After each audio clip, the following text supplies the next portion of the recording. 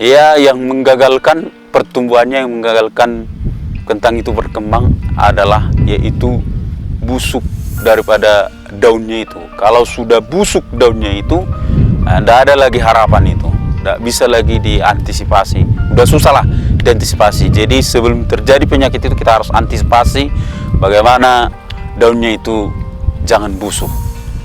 Ya, yang disebutkan dengan bahasa tubanya Bapak Ibu lotuk. Lotuk. Ada yang hitam-hitam di daunnya itu. Itu. Kalau bagus cuaca artinya bagus cuaca sekali-sekali ataupun dua kali datang dia hujan seminggu, kita menyemprotnya 2 kali seminggu. Tapi kalau terus hujan pagi, siang, sore itu harus kita habis. Contohnya hari ini hujan terus, berarti besok kita harus nyemprot ataupun sore kita harus nyemprot itu sore. Sekalipun kita sudah nyemprot pagi, contohnya tadi pagi saya nyemprot, habis saya nyemprot jam 10 udah datang hujan terus. Kalau sudah datang terus hujan berarti saya akan kembali menyemprot lagi jam 5 sore. Begitu, jadi tergantung cuaca. Kalau cuacanya bagus, kalau 2 kali seminggu dia datang hujan pada sore hari nggak masalah, kita nyemprot 2 kali seminggu. Kalau pengalaman kami untuk kentang ini, kalau sudah kita tanam di sini nggak bisa lagi kita sambung lagi di lahan yang sama, kita harus pindahkan lagi dia. Seperti nggak bagus kalau kita tanam lagi kentang di sini, sepertinya kurang bagus, begitu dia. Jelas kalau musim kemarau untuk cuaca itu berpengaruh besar untuk tanaman kita, karena kalau musim kemarau ya jelas bahwa tidak ada lagi pertumbuhan, karena kentang ini juga butuh hujan untuk menyirami. Ya, bayangkan saja kalau ini masih baru-baru datang hujan, jadi agak lambat dia pertumbuhannya, tidak ada perkembangannya kalau musimnya tidak bagus. Jadi tergantung juga musim yang kita tunggu-tunggu, begitu dia. Untuk penanaman kentang seharusnya kalau sudah ditanam dia malamnya datang hujan udah bagus. Apalagi kalau sudah datang tunasnya sedikit kita tanam, ya 1 minggu sudah mulai muncul itu. Tapi kalau musim kemarau, waduh payah.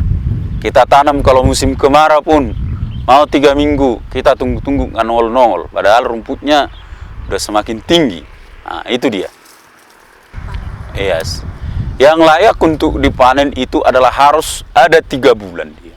Ada 3 bulan untuk musim perawatan. Tapi kalau masih berkembang dia ada juga sampai 5 bulan. Berarti kalau 5 bulan dia dalam musim perawatan masih ada lagi daunnya, masih hijau, saya kira bisa 2 kilo itu satu pokok itu menghasilkan itu. Kalau sampai 5, tapi kalau yang standar 3 bulan udah bagus. Udah bagus 3 bulan. Ya, kalau pengalaman kita, kalau kita tanam 1 rantai itu bisa juga kita dapat 1,5 ton. 1 rantai 1,5 ton.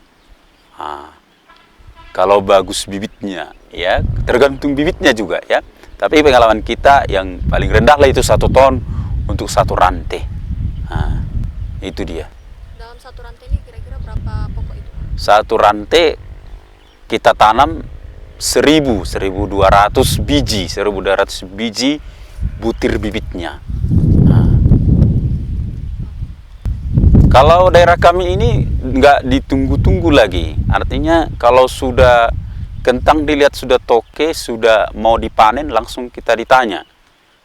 Nggak lama-lama lagi kita tunggu untuk dipanen dulu. Jadi pengalaman kami di sini ya langsung diangkat toke dari lahannya ini. Nggak kita tunggu-tunggu dulu. Yang ditunggu itu adalah bagaimana kita untuk memilih bibit yang kita pakai, itu aja.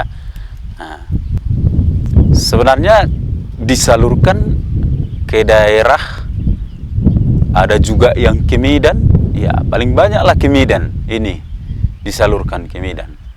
Sekarang harga kentang di daerah kami ini 6.500. Berarti 6.500 dia kalau 1 ton 6.500.000. Kalau kita tanam dia 5 rantai, berarti ya puji syukur ada 5 ton.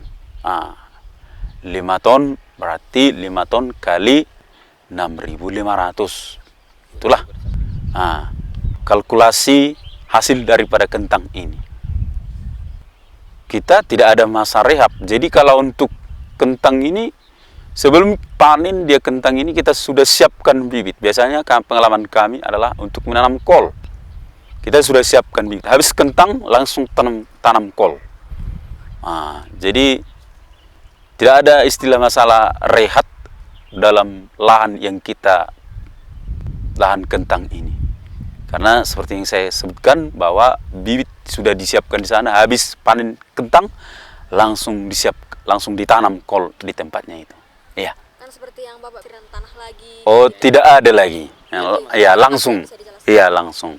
Kita langsung menanamnya itu karena apa yang saya sebutkan bahwa tidak ada peristirahatan ataupun kekosongan daripada tanaman ke lahan itu. Langsung dia ada tanaman di situ. Ya, jadi untuk lahan ini bisa kita tanam lagi kentang di tempat yang sama. Cuma ya kita biarkan dulu, artinya habis kentang yang pertama tadi, baru kita tanam lagi kol. Jadi habis kol itu, panen lagi kol itu, kita olah lagi, kita tanam lagi di situ kentang. Ya, itu kira-kira. Untuk penanaman tanaman kol tersebut tadi memang harus kita tetap perawatannya, yaitu kita bikin kompos. Habis kompos dulu, kita biarkan dulu sampai kena hujan, baru kita tanamlah di situ kolnya. Jadi tetap perawatannya tetap juga perawatan seperti biasa. Cuma ya untuk dosisnya yang biasa, enggak seperti biasa lagi dosisnya karena sudah bekas daripada kentang. Begitu dia. Ke pasaran aja kita diantar, saya lihat di sini. Sukanya kalau pas harganya itu, kalau 7.000 kentang, 8.000 itulah. Itu udah pasti kita sudah senang. Dukanya ya kalau gagal panen, datang virus ataupun virus yang saya sebutkan tadi, itu busuk daunnya, lutuk, itulah duka yang harus kita hadapi. Ya optimis saja, artinya begitulah dunia pertanian ini. Kadang kita berhasil, ya kadang juga kita harus juga siap menghadapi kesulitan itu. Jadi tentu sekali kita optimis saja bahwa keberhasilan itu tetap akan ada.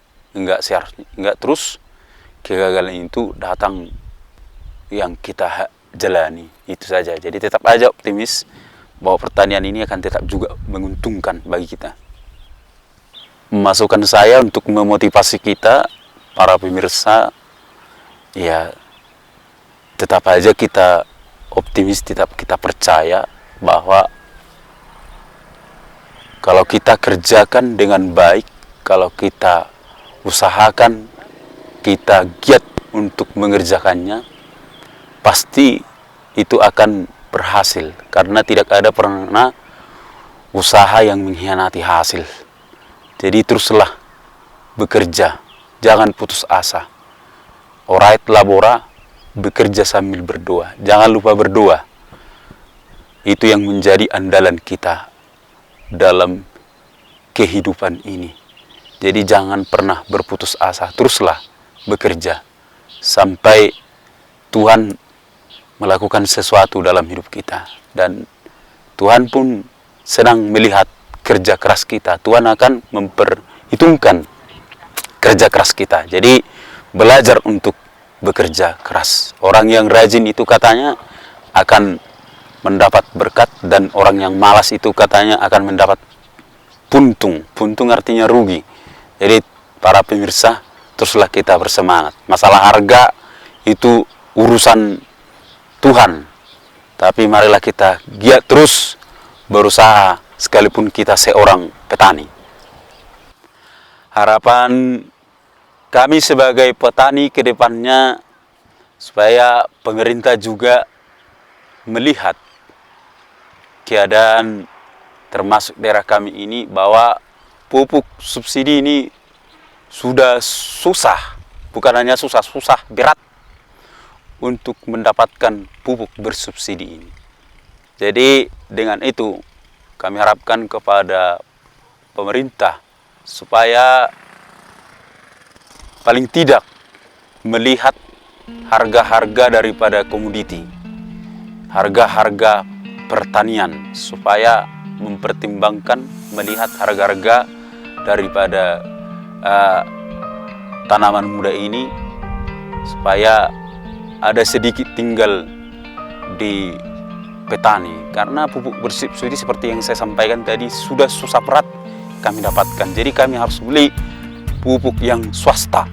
Jadi ini sangat menyakitkan bagi kami. Jadi harapan kami dari petani supaya pemerintah juga melihat ini dan mempertimbangkan ini. Demikian.